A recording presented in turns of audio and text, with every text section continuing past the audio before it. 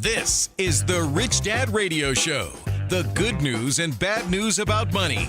Here's Robert Kiyosaki. Hello. Robert Kiyosaki, the Rich Dad Radio Show. The good news and bad news about money.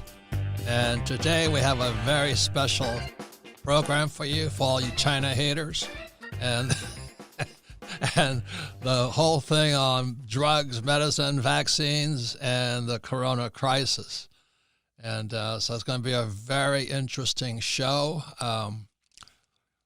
We have a very special guest today. Kim, you want to introduce her? Yes. Our guest, she's quite the advocate, and she has been making waves, and things are happening as a result of Rosemary Gibson.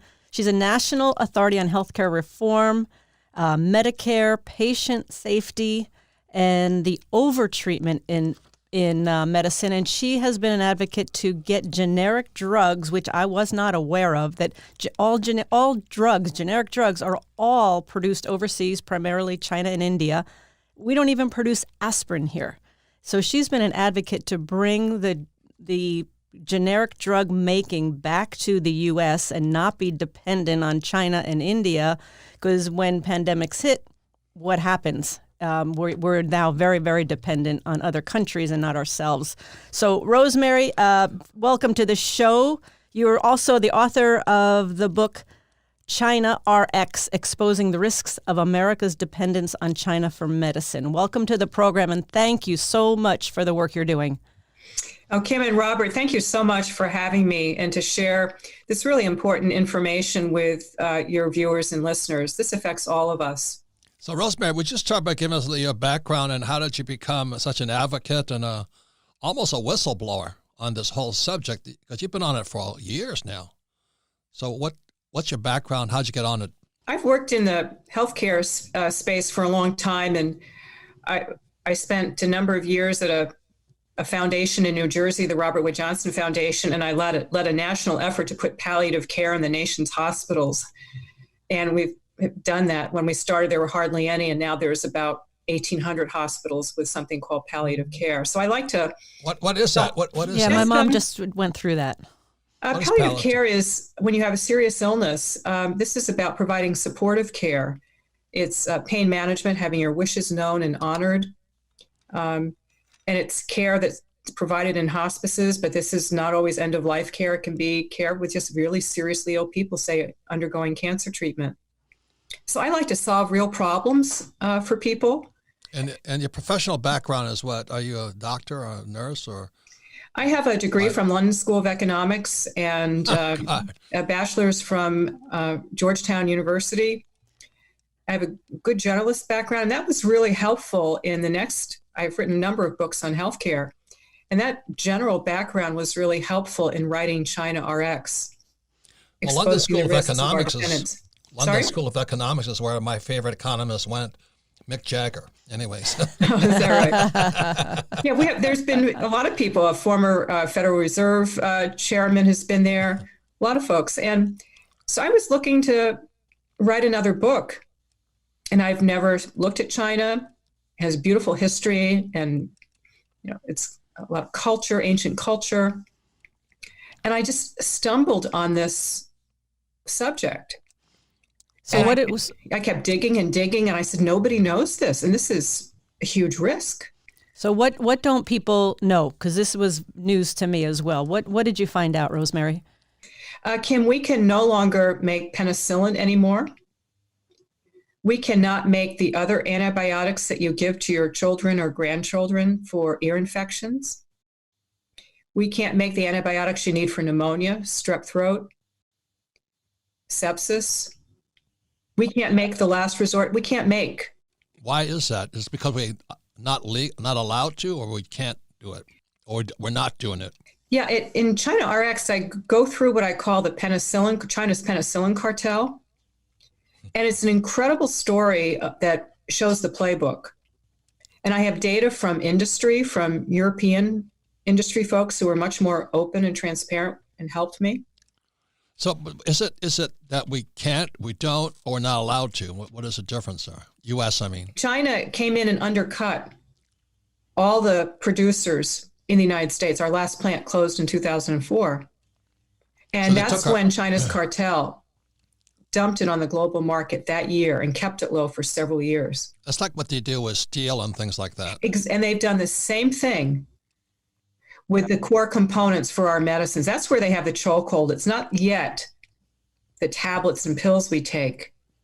It's the chemicals, the raw materials to make it. They've got global control over that. So what's your concern about us losing our manufacturing capabilities or factories? Well, let's take this coronavirus situation. You have a lot of very sick people, and they need basic medicines. They need sedatives. They need antibiotics if they get a secondary infection. They need medicines to raise your blood pressure, so much more. These are bread and butter things to make our health systems function. So is your concern that China is either producing inferior drugs or that they may cut us off? It's both a supply and quality problem. So think of it. You've got more than 100 countries with coronavirus, a lot of sick people out there, and we all need the same drugs. And they all come from the chemicals to make them. They all largely come from China.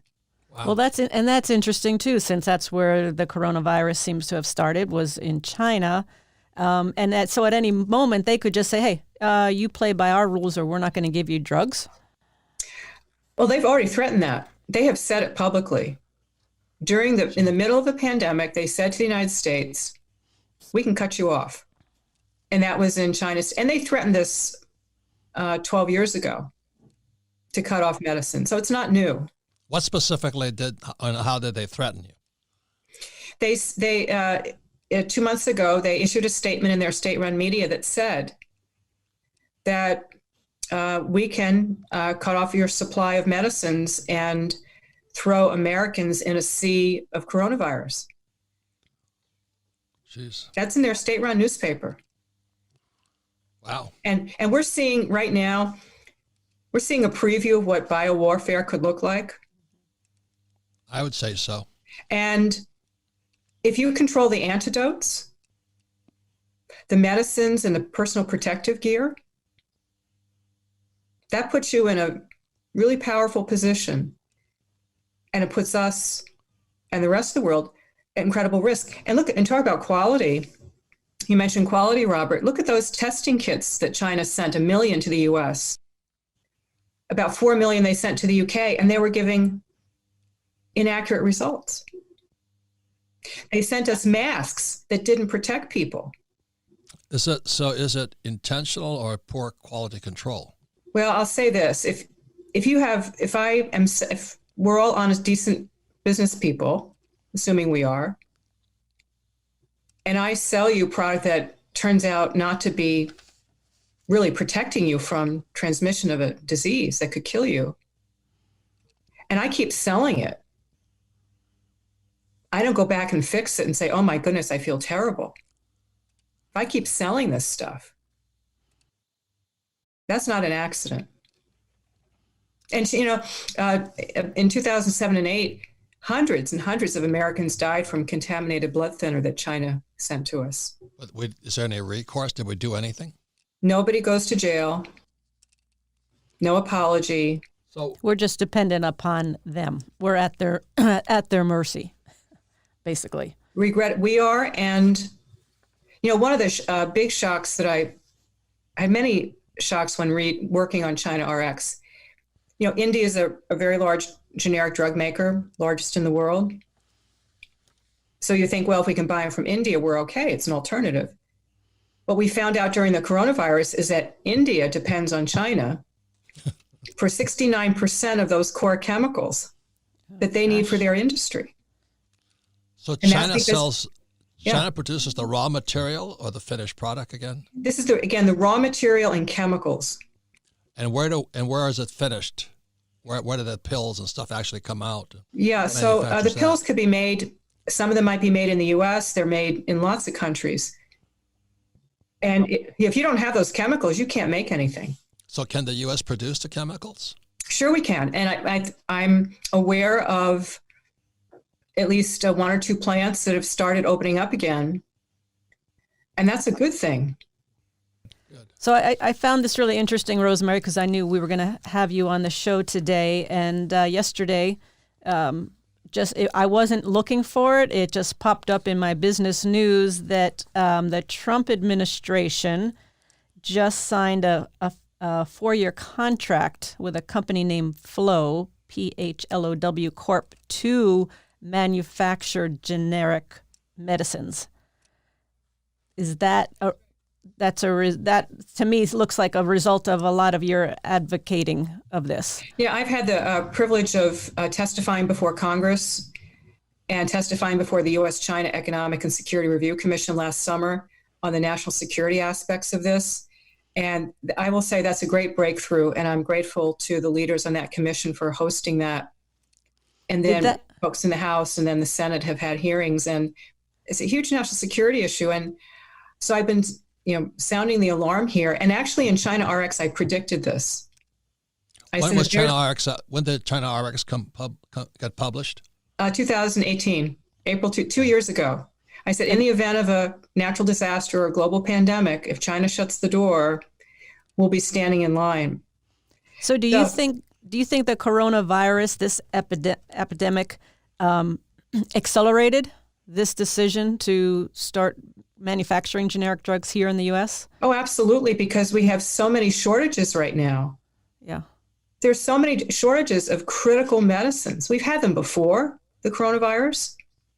And so in full disclosure, because I do what I do, they asked me to be an independent, unpaid board member of Flow, which is a public benefit corporation. And even better, they've started the process to become a B Corp, which means you have to have some social responsibility and social mission. And I really like that. And they're going to be producing medicines that people with coronavirus need. And they're the bread and butter medicines you need anyway to run your hospitals in normal times. Right. So let me ask you this, because one of the problems with medicine in the U.S. is it's so damn expensive compared to other parts of the world. Do you think this company Flow has that as a consideration, that we're going to create medicines that are affordable?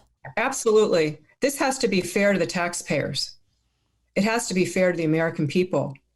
And as a part of this contract work that will happen, they're going to be building an advanced manufacturing capability. And they're doing it in conjunction with the really brilliant people at Virginia Commonwealth University. And using that technology, we can make these medicines up to 40% cheaper from a more efficient process. But doesn't that kind of step on Superman's cape, Big Pharma, Merck, Pfizer, and those guys? Who make those guys make the branded names. I think well, and I didn't realize this. Who makes our generic drugs? Same people. So the biggest generic drug maker was Mylan. And they basically announced that we're merging our generics with Pfizer's generic arm. And they announced the opening of their global generic headquarters last year in Shanghai. And then you've got Teva and Sandoz, the other two remaining large Western generic drug makers. And last year they announced that they're dropping a huge portion of their portfolio of products that they're making. And then you go look at the FDA shortage list and you see it. Manufacturer discontinued, manufacturer no longer making it. Why? Because they can't compete with China.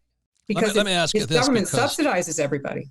Look, for full disclosure, is my book Fake was banned in China because I criticized them, and so I've been doing international trade for years. But if you step on Superman's cape, which is Big Pharma, they're the ones producing the product at higher prices. Is that correct, or is Flow going to undercut them? Robert, where I've focused my attention is on the generic drugs. So we come back, we've been going more into this called drugs, fake drugs, and fake pharma. We'll be right back. Welcome back, Robert Kiyosaki, the Rich Dad Radio Show, the good news and bad news about money. And today we're talking about the supply chain on pharmaceuticals that are manufactured in China. And our guest today is Rosemary Gibson, and she's been almost a whistleblower on this thing, warning America that our ability to produce drugs has disappeared and has shifted overseas to China and India. So once again, you can listen to the Rich Dad radio program anytime, anywhere on Android, YouTube, and iTunes, and leave us a comment. And also, all of our programs are archived at richdadradio.com. We archive them because we're only an education company. We don't sell drugs, gold, silver, or stocks. But since we're an education company, we believe in repetition. So if you listen to this program one more time, you'll pick up twice as much. But most importantly, discuss this. Listen, have your friends, family, and business associates listen to this and discuss this, because this is a very important subject. It's really supply chain economics. So Rosemary Gibson's also the author of the book China RX, Exposing the Risks of America's Dependence on China for Medicine. And again, I'm going to say this is news for me. I haven't been following this and not aware that we in the U.S. do not manufacture our own generic drugs. We're highly dependent on China and India, and that's what Rosemary is getting at. So America is short of critical needed. Yeah, not just drugs, but hospital equipment and all this, because China does all the manufacturing. Yeah. Well, you know what they do control? It's not so much the finished drugs; it's the chemicals to make them and the raw materials. Yeah, just to clarify for your listeners who are just joining. So we kind of left off. I just want to clarify the question about Big Pharma. So do we know? Is Big Pharma all their private labels? Do we know where those drugs are being manufactured? I don't know about the private labeling. I haven't studied that. And it's also, those are contracts that are, frankly, private contracts between companies. I'm sure there's prohibitions to disclose, what's being made and where they're being made. Rosemary, in my world, it's called branding. Somebody else manufactures, but it's branded as XYZ companies. Like Rich Dad used to manufacture our products in China. We since have moved product on shore. But it was still manufactured in China, and we still made a lion's share of the money. So I wasn't aware also that even our aspirin, vitamin C, all of that is not manufactured here. That's right. We can't make it. And the medicines to care for people with coronavirus, where do those raw materials come from and chemicals? So I was sitting around with a group of pharmaceutical engineers and chemists. And they've been in these manufacturing plants, branded usually manufacturing plants, for years and years and years. And they have like more than 150 years experience. And I said, so if you have to go make that tomorrow, where are you going to go get those starting materials? They call them key starting materials. And they said, well, 90% of it's sourced in China. And these are the things we need to treat coronavirus patients. And you're right, Robert. I've given talks to hospitals, and I said, and there's been some bad medicines coming from lots of places around the world. I says, why do you tolerate the companies that sell you, that go out, or the distributors that sell you these products that are substandard? And it's because they want to buy cheapest so they can make the most money on the margin. Well, that's like blaming Walmart for keeping Walmart shoppers happy. Well, this was an interesting factoid from a pharmaceutical manufacturer. He said, let's take a 90-day supply of a common blood pressure medicine. Some of your viewers and listeners may know this. It's called the Cinepril. And he said, it costs, he was taking it, and he said, I went to a retail pharmacy, and for this 90-day supply, it costs $157. He went to another one, it was $22.50. And he said, I know what it costs to make it, that 90-day supply, and it's $1. And I see, the vitamin C cartel case where they want to, they basically want to say, we want to allow cartels to operate freely in this country. There's a lot of blame to go around for this. And right now, the U.S. Chamber of Commerce is advocating to, not allow, to stop this whole Buy American movement for medicines that we need to treat disease. So there's a lot of blame to go around. Why are they protesting that? That's a good question. Because they work for Big Pharma. Maybe. Same as There Fauci. you go. There you go. Yep. Same as Fauci and those characters. So U.S. Chamber of Commerce came out today, and they have a full court press because, there's a Buy American executive order for Department of Defense and VA. And that's simply so we can have some manufacturing capacity left in this country. You don't want to be in a position where you can't make anything that you need to survive. which kind of goes back to your question, Robert, on Big Pharma. So what's interesting is what we were just saying in the last segment is that just yesterday, Trump came out and said that he's putting $350 million into a company called Flow Corporation to create and manufacture our own generic drugs here in America. So it will be interesting to see how it plays out from the financial point of view, because will they be able to compete, and will they be able to come up with these drugs that are compete price-wise against the generic drugs of China? Because yes, people are Walmart shoppers. They want the best price. Just to bring home the point, they're making medicines for the Strategic National Stockpile. Who's they? What is that? China or Big Pharma? Flow. So the Strategic National Stockpile is it's like an oil, the petroleum reserve we have. Because we all remember when, there was the Middle East situation in the early 70s, and there were huge, lines of people lining up to fill their gas tanks. Yes, Rosemary, Kim and I own oil wells in America. Oh, is that right? So we understand the game of oil also. We're entrepreneurs and investors. That's great. I'm just saying that it's always self-interest out there. Like, how many politicians are in the pockets of Big Pharma? Oh, absolutely. If you think about it, why did it take someone like me, a private citizen? And you're commended for that. Very commendable. And somebody said to me that there'd be people out there to pay you not to do this. Of course. Of course, yeah. And this is good for people's health, our well-being. And and as your business people, you have to diversify your supply chain. You have diversification of your portfolio, right? And it just makes sense. We don't have to make everything here, but you want to make enough so we're not, it's like having all the world's oil or 80% of the world's oil concentrated in a single country. I mean, that's just not a smart thing to do. It is a strategic concern not to have the manufacturing plants in the States, but my question is, who doesn't want the plants in the United States? I think there's a lot of forces out there that have gotten together that, for strictly business reasons, money, and their balance sheets and their stock prices, have found it very expedient to outsource without question. In many ways, it's a good thing the coronavirus hit, because we're bringing supply chains back into the States, which is necessary. It's interesting. Europe is having the same conversation because they've been left. In 75 countries have banned exports of medicines because they don't have enough. And so the Europeans now, companies and the European Commission are having conversation on what should we be making here. And Japan is doing the same thing. And I think these are the right conversations to have. And I'm grateful that China RX has helped stimulate that, because I see, there's a lot of products out there. We've been buying our medicines. Big buyers have been buying them like they're buying T-shirts. Yep. These aren't T-shirts. This is something you need to survive. It's like food. And we need it to survive.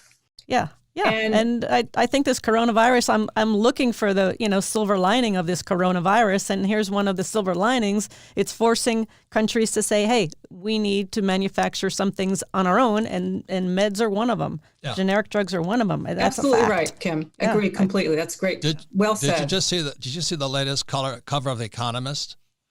No, what did it say? Globalization is dead. Well, all these countries are going back to, protecting ourselves. We got to protect ourselves. Rosemary, President Trump and I are good friends. We've written 2 books together. Oh, is that right? And, wonderful. Yes. And he's very much into nationalism, not globalism.